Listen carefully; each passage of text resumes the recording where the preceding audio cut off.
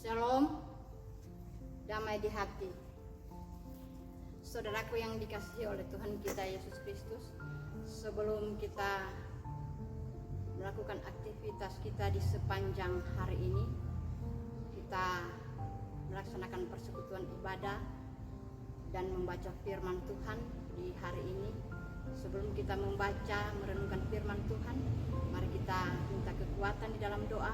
Kita berdoa. Segala puji dan syukur kami persembahkan kepadamu ya Allah Bapa di surga. Begitu besar cinta kasih-Mu dalam kehidupan kami semua, sehingga kami ada sampai saat ini. Kami pun percaya bukan karena kekuatan kami, namun ini semata Tuhan karena kasih setia Tuhan yang Tuhan berlakukan di dalam kehidupan kami. Bapa kekal di surga, di saat ini Tuhan, kami hendak mau membaca, merenungkan dari isi sabda firman-Mu. Dengan penuh kerendahan hati ya Bapak, kami memohon kepadamu, berikanlah Roh Kudus-Mu bagi kami, supaya apa yang kami baca, apa yang kami renungkan, itu senantiasa termeterai rapi dalam hati dan kepikiran kami. Bahkan mampukan hamba-Mu Tuhan untuk melakukan firman ini. Bapa kekal di surga, bersabdalah Engkau Tuhan dari tempat tinggi.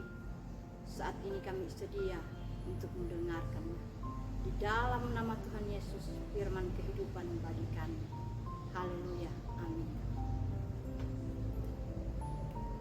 Saudaraku yang dikasihi oleh Tuhan kita Yesus Kristus, pembacaan firman Tuhan di sepanjang minggu yang berjalan ini sesuai dengan penjabaran trilogi pembangunan terdapat dalam kitab Injil Lukas pasal 23 ayat yang ke-33 hingga ayat yang ke-43. Injil Lukas 23 ayat yang ke-33 hingga 43. Pembacaan ini berperikop Yesus disalibkan. Ketika mereka sampai di tempat yang bernama Tengkorak, mereka menyalibkan Yesus di situ dan juga kedua orang penjahat itu, yang seorang di sebelah kanannya dan yang lain di sebelah kirinya. Yesus berkata, "Ya Bapa, ampunilah mereka, sebab mereka tidak tahu apa yang mereka perbuat." Dan mereka membuang undi untuk membagi pakaiannya. Orang banyak berdiri di situ dan melihat semuanya. Pemimpin mengejek dia, katanya, "Orang lain ia selamatkan, biarlah sekarang ia menyelamatkan dirinya sendiri. Jika ia adalah Mesias, orang yang dipilih Allah."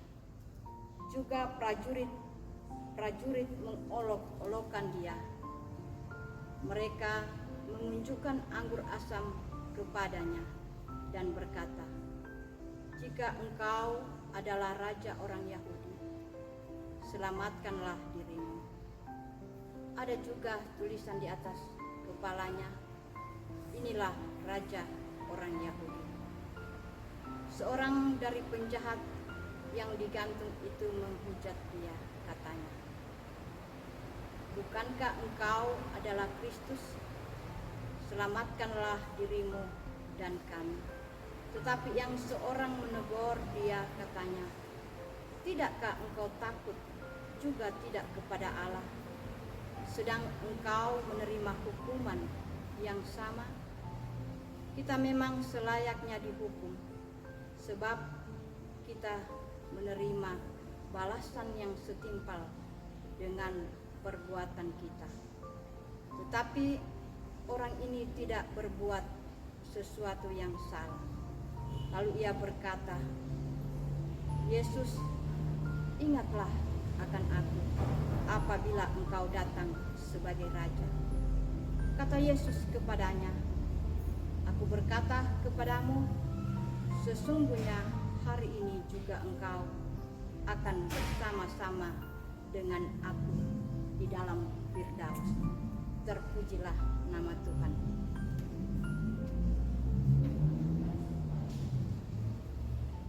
Saudaraku yang dikasihi oleh Tuhan kita Yesus Kristus, perenungan yang terambil dari Renungan Harian Keluarga hari Kamis 14 April 2022 berperikop selayaknya dihukum.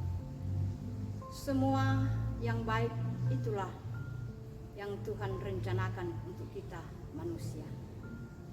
Kita sudah mengecap kebaikan Tuhan, pertolongannya, berkatnya, tetapi kita seringkali lari dari rencana Tuhan.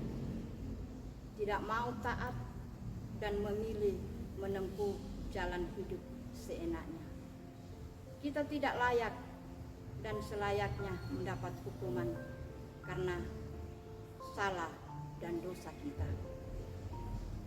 Saudaraku yang dikasihi oleh Tuhan kita Yesus Kristus, seorang penjahat yang lain mengatakan kepada penjahat yang mengolok Yesus bahwa engkau dan saya memang bersalah. Seharusnya kita layak menerima penghukuman setimpal dengan perbuatan kita. Ia juga mengucapkan pengakuan dosanya sendiri dan ia yakin Yesus tidak berbuat sesuatu yang salah.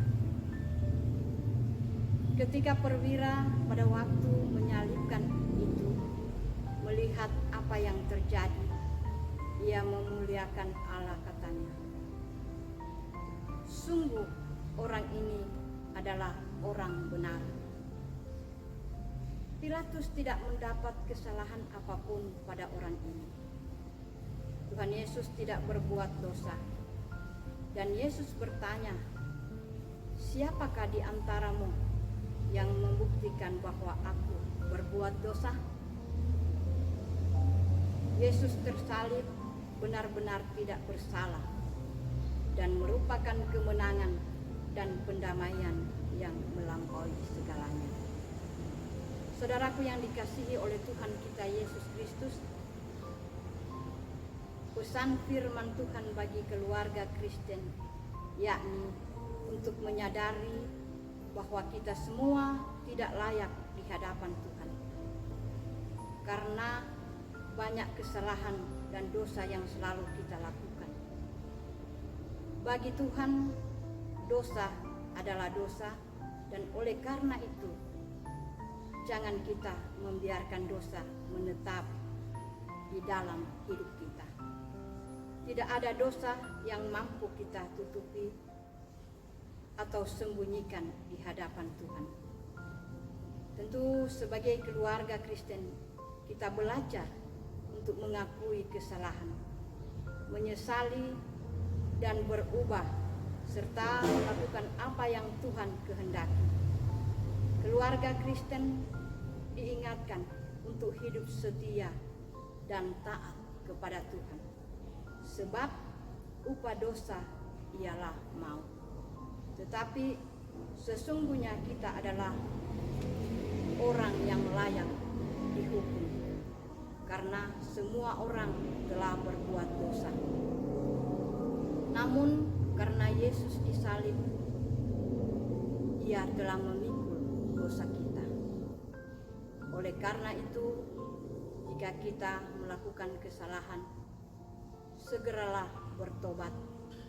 Waktu untuk bertobat adalah sekarang, bukan esok atau lusa. Terpujilah firman Tuhan. Amin. Mari kita berdoa. Kembali lagi kami ya Tuhan mengucap syukur, banyak terima kasih kepadamu. Betapa Tuhan itu baik dalam kehidupan kami. Di hari ini Tuhan, merasalah kami senantiasa diberkati, dituntun. Lewat persekutuan ibadah di saat ini kami telah membaca firman. Kami percaya firman itu adalah kekuatan, firman itu adalah pedoman, bahkan firman-Mu adalah pelita dalam kehidupan kami. Untuk itu ya Bapa, mampukanlah kami terus untuk kami tetap setia melakukan firman Tuhan di dalam kehidupan kami. Terima kasih Tuhan, ampuni dosa dan salah kami yang kami perbuat melawan kehendak-Mu. Inilah doa syukur kami. Kami panjatkan di dalam nama Tuhan kami Yesus Kristus adalah sumber berkat dalam kehidupan kami. Haleluya. Amin. Demikianlah ibadah kita.